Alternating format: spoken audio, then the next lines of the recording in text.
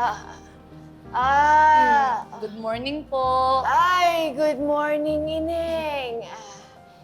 Pwede na ba mag-enroll ngayon? Pwede po. Anong grade po ba? Grade 1. Okay po, i-enroll niyo po ba ang apo niyo? Ay, hindi, Ineng. Ako ang nagbabalak mag-enroll. Talaga po? Oo. Nakakabilib naman po kayo. Salamat. Kailan ba magsisimula? Next week po. Malapit na rin pala. Naku, Ineng, ligtas ba kayo rito? Napapanood ko sa mga balita na ang daming masasamang loob ang nakakapasok sa eskwelahan. Naku, Ay, naku, baka makidnap ako. Nakakatakot. Lola, wag po kayong mag-alala. Marami po kami security guard dito, kaya wala pong basta-basta makakapasok. Ay, oo. Maganda. Maganda ba yung classroom niyo? Opo, bagong renovate po lahat at lahat air condition, kaya komportable po ang mga estudyante. Aircon? Ay, naku, baka atakihin ako ng rayuma ko sa lamig. Ay, hindi naman po, kasi sakto lang naman po yung pinalagay namin.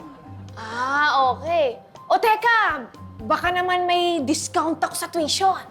Siyempre naman ho, meron po kayong senior citizens discount. Ay, nakakatuwa naman. O sige, Ineng, magsimula na tayo. Mag-enroll na ako. Ay, tutulungan ko po kayo sa mga proseso, ha?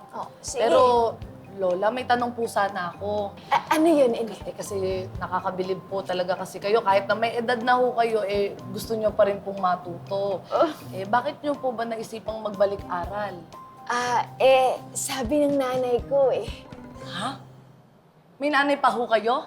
Ay, oo! Sa katunayan, pinilit niya pa nga ako Kasi ayaw niya na maging magkaklase kami, kaya sa isang taon siya naman yung mag-e-enroll. Ha? Oo! Naku, ayaw niyang malagpasan ko yung grades niya.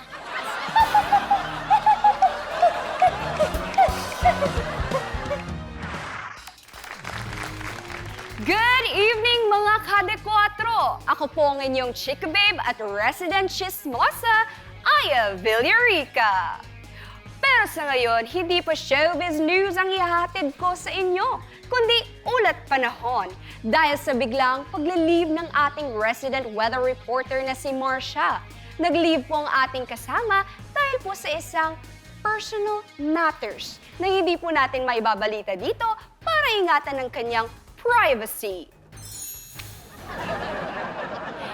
Para sa ating ulat panahon, sa Metro Manila ay pinapayuhan po ang mga residente na maghanda para sa paparating na masamang panahon.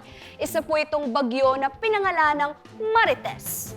Si Marites po ay inaasahang papasok sa bansa ngayong araw at magdadala ng malakas na paghangin, pabugso-bugsong pag-ulan na magdadala ng malawakang pagbaha. Gaya ng pagbaha ng chika tungkol sa isang kilalang actress na may attitude daw sa taping ng bago niyang teleserye.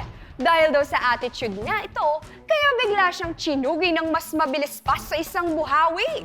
True ba? Let's see! Sa Visayas, uulanin din tayo simula bukas. Epekto pa rin ng sama ng panahon. Speaking of sama ng panahon, masamang panahon din ang dinaranas ng isang aktor ng isang action drama series na naghahanap daw ng matitirhan dahil hindi makabayad kaya pinalayas sa tinutuluyang kondo. Dahil dito, kinailangan na niyang lumikas. Oh no! Sino ito? Let's see!